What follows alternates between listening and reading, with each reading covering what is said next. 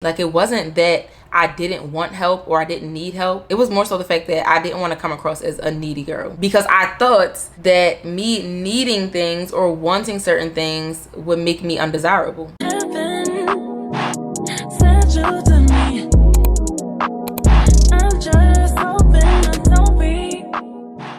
Hey girl, welcome or welcome back to my channel. My name is Trinity. If you're new here, today we're going to be talking about dating mistakes that I have made in my 20s. Not even just my 20s really, because I've made some of these mistakes in my teen years too. But because the girl is 27, we're just going to stay in my 20s because these are things that I probably recently stopped doing.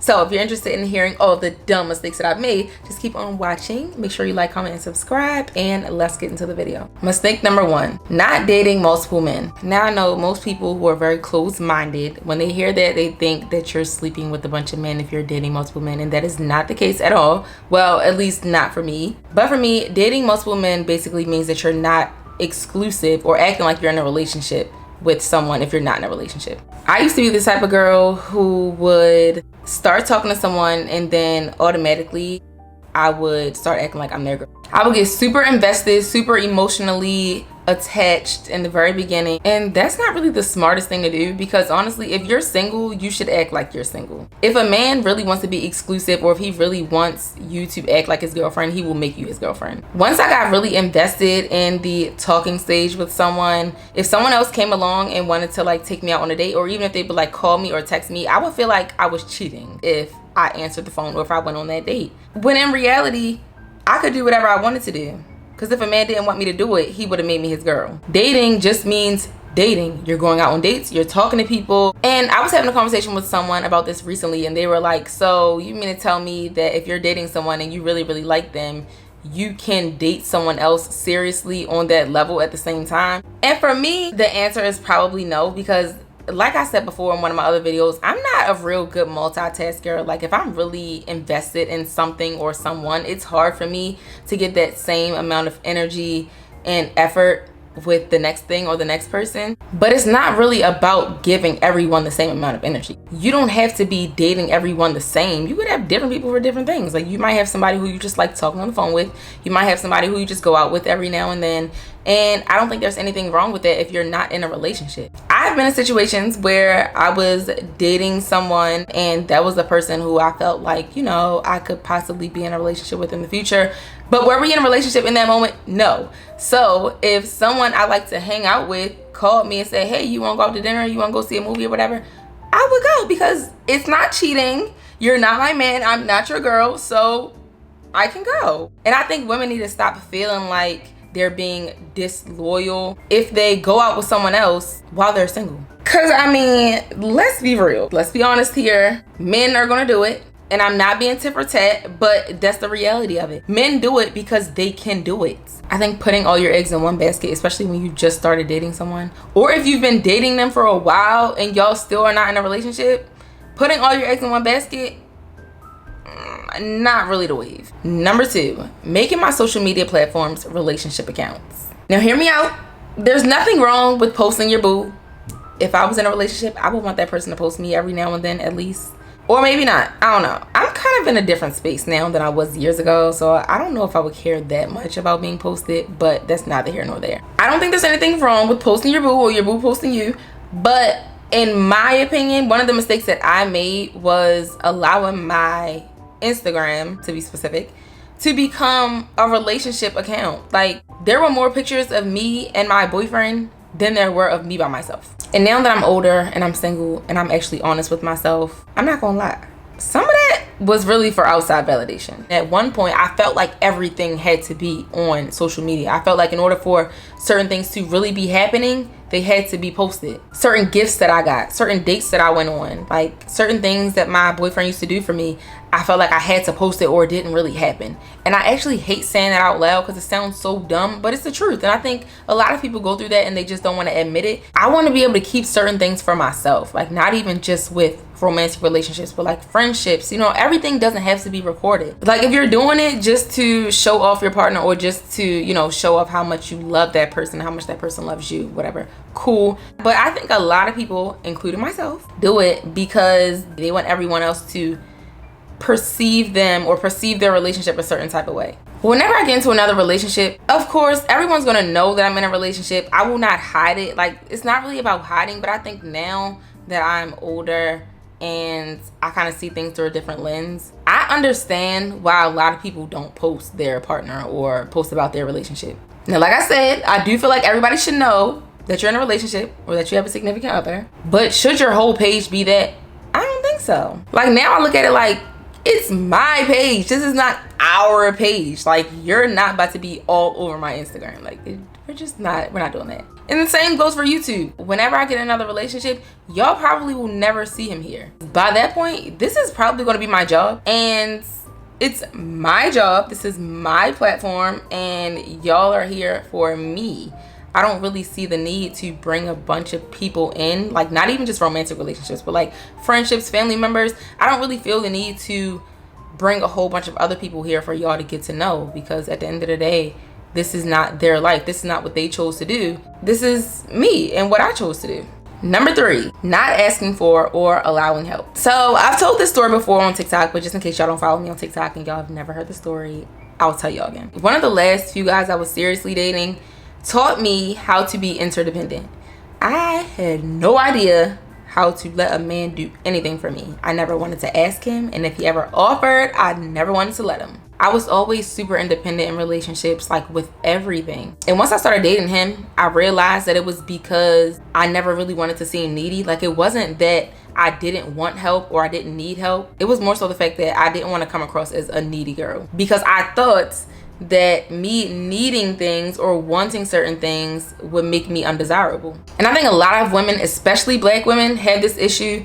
We always feel like we have to be superwoman, and a lot of the time we don't want to be superwoman. We just feel like we're going to get some cool points for being superwoman. It's either that or the fact that we feel like we have to be superwoman, and that's not a good feeling either. But my advice for that would be to stop dating men who you can't rely on, because the man gonna tell you exactly what he wants and exactly what he needs. Like, that man literally came out his mouth and told me that I don't know how to be interdependent, and I was like, okay. So then it just became like all right, watch this, I'm about to let you teach me how to be interdependent. And ever since then, I've been more willing to let people do stuff for me. And I actually loved the feeling. Like, I loved being able to sit back and relax and let people do for me. It made me feel good. I was able to be more feminine. I was able to be softer. I didn't feel like I was in survival mode all the time, like I had been basically my whole life.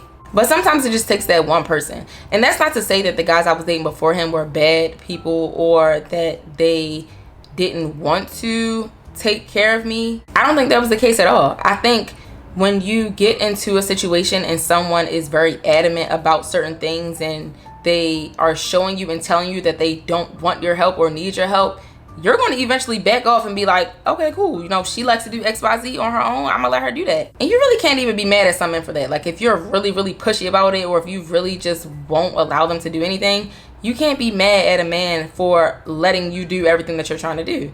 Because one thing I've learned about men is that a lot of them will sit back and watch and wait to see how much you're willing to do before you come to them and ask them for help, or before you demand that they help in some type of way. And this is not even just financially. Like, this can be anything. It was really bad with me with the money situation. Like, I definitely did not want a man to be able to say that he paid for everything. I couldn't start living in my feminine energy and walking in my feminine energy until I learned how to be interdependent. Letting a man be a man, letting him lead. Oh, but let's make sure that whoever you're with, you can trust them to lead, because that's the other half of the battle. I realized how much more I thrive in general when I'm living in my feminine energy and when I'm not in survival mode. And like I said, not every man is going to really beat down that wall to get you to stop living in your masculine energy, because some of them don't really know how to do that. But I think the key is to know when you're living in your masculine energy,